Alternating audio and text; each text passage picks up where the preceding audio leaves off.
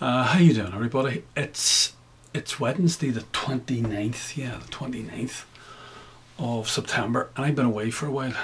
Unfortunately, I have to go off every now and again because there's no money in Ireland, and in the little business that I have to go elsewhere to try and generate a few pounds, so a few euros. So that's the situation I'm in. And I was away, and then when I was away, something else cropped up when I was away, and I stayed away longer than I should. I've been away for about 3 weeks, I think. And I missed a lot, obviously, of what was going on, but I read about a lot of it in the English newspapers, and it wasn't pleasant reading. I've put a link there to you, just to anybody. I'm sure most people, I didn't see it, but I'm sure most people did see it. And that was the famous Brian COWEN interview on RTE. It was on the radio. I think it was sometime around about the 15th or the 20th, sometime around that. Anyway, listen, I put it up. And I'll let you judge yourself. I mean, I told you about these people. These people are complete incompetence that run our country. This man was the Minister of Finance for 6.5 years and let our country get into the situation that it was in until the Muppet Ahern, who was his boss man. He was the captain of the ship, and the navigation officer was Brian COWEN. And we know what obviously he was doing for 6.5 years, while the whole thing slid down a plug hole, our little country. But the only reason I raise this is because when I was away, I got grilled bad about it by several Europeans, and these Europeans they tend to be quite dour. The ones I would know tend to be their sense of humour is quite limited, and I can understand it because they've let us away. They've let the Irish away with blue murder. We have one of the lowest corporation rates in the world, tax rates in the world, and they've let us away with that. So to them, it's not a level playing field, and they've let us away also with allowing the multinationals, the corporations, be based here and offload their taxes into offshore accounts all around the world. In other words, it's a tax evasion, essentially, our government is involved in. It's a form of financial terrorism, that's what it is. But the bottom line about it is, at the end of the day anyway, they're not happy. And the reason they're not happy is because, as I say, they see Ireland as not been involved in a level playing field. And on top of that, they see the man who runs Ireland as a drunk moron, as Jay Leno, that fellow LENO or whatever his name is in America, what he said. Now, I leave it up to yourself to judge whether or not you agree with him or not. I've put the little link to the interview on RTE up, and you can follow it yourself. But I tell you this, these Europeans are not happy. They do not like seeing one of their neighbours who has to them a privileged position within the EU behaving the way that our Prime Minister behaved. Now, I've said it, I know it sounds fantastic. People say to me, that is the greatest load of nonsense I've ever heard. Please believe me, they give us all this money over the last 10, 12, 14 years, and they want that money back, the Europeans, primarily the Germans. We owe the German Landesbanks 224 billion euros.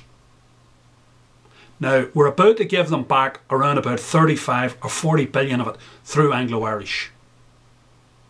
Okay? They're talking about 35 billion at the moment. It doesn't matter. They want all that money back. All of it. And if they can't get the money back per se as money, they'll take it in kind. And that means our little island. Our little island is now in jeopardy. I think they're going to do a Greece on our little island. The whole island.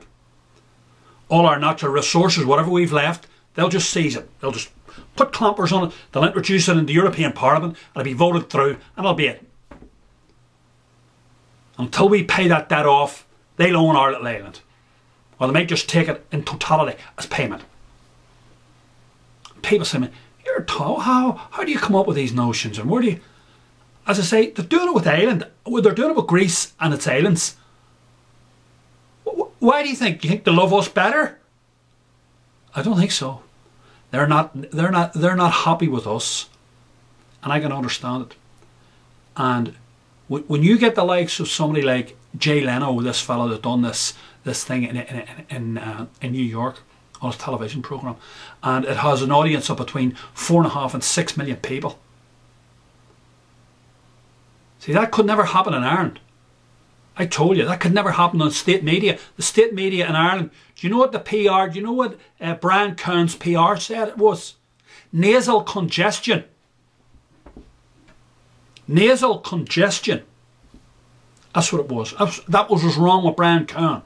He wasn't scooping pints at 4 or 5 o'clock in the morning and had to be carried to bed by 2 people and dumped in a bed in some hotel down in Galway, drinking for 12 hours straight.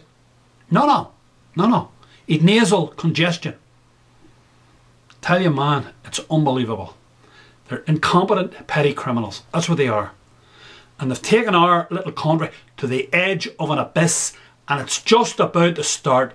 All this is really, really starting now. All the birds are coming home to roost all at one time. We've got to look after AIB and Bank of Ireland for the end of the year. And that's the first thing. So I want to really finish on that, and then I want to move on to the bond spread, because it's a reflection of what's going on. I mean, I don't like markets per se, and I know they're manipulated and all the rest of it. I know all about that. But in the end of the day, a bond market for a country is a very difficult thing to manipulate. It's quite difficult to manipulate. Now, what's happened is, in the past couple of months, our bond spread, the interest on our bonds, has gone up phenomenally. It's gone up about 2%. So we're fast approaching 7% for money that we buy. And we're only really getting into this crisis. So far we haven't had any crisis as such. We're only really entering it now. And that situation is going to get a lot worse.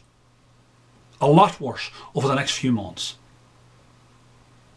And I can see a situation, I can really see a situation where there will be no, all we have to do is do one small default on one of these bonds for one of these banks. Watch what will happen to our bond interest rate. It'll go through the roof, it'll go beyond what Greece is paying, and nobody will want to buy any Irish bonds. Nobody will buy them. And then we'll be dependent totally on the European Central Bank to buy the bonds. And that's when the shit will hit the fan. And I tell you one thing, you think the IMF and the European Central Bank will send people in here, you watch what will happen. You watch what will happen. I'm telling you, the amounts of money that are involved in Ireland that for a tiny country, people don't seem to understand. We have a GDP of 168 billion this year. If you take off the 34 billion that these multinationals take out, that leaves us with 135 billion. Our 5 major banks still owe between 400 and 500 billion. That's $500 billion is what they owe to the external world. And we cannot pay it back. The money's all gone. And that's the situation we're in. That's the reality. You won't hear that in these Irish papers, or you won't hear that on the state media, but that's the reality. And we have to deal with that. And I tell you, men driving trucks, as you're going to see, I'll put it up, you can have a look at it. Men driving cement mixers into Dáil Éireann, that's only going to be the start of it. We ain't seen none of that, nothing yet.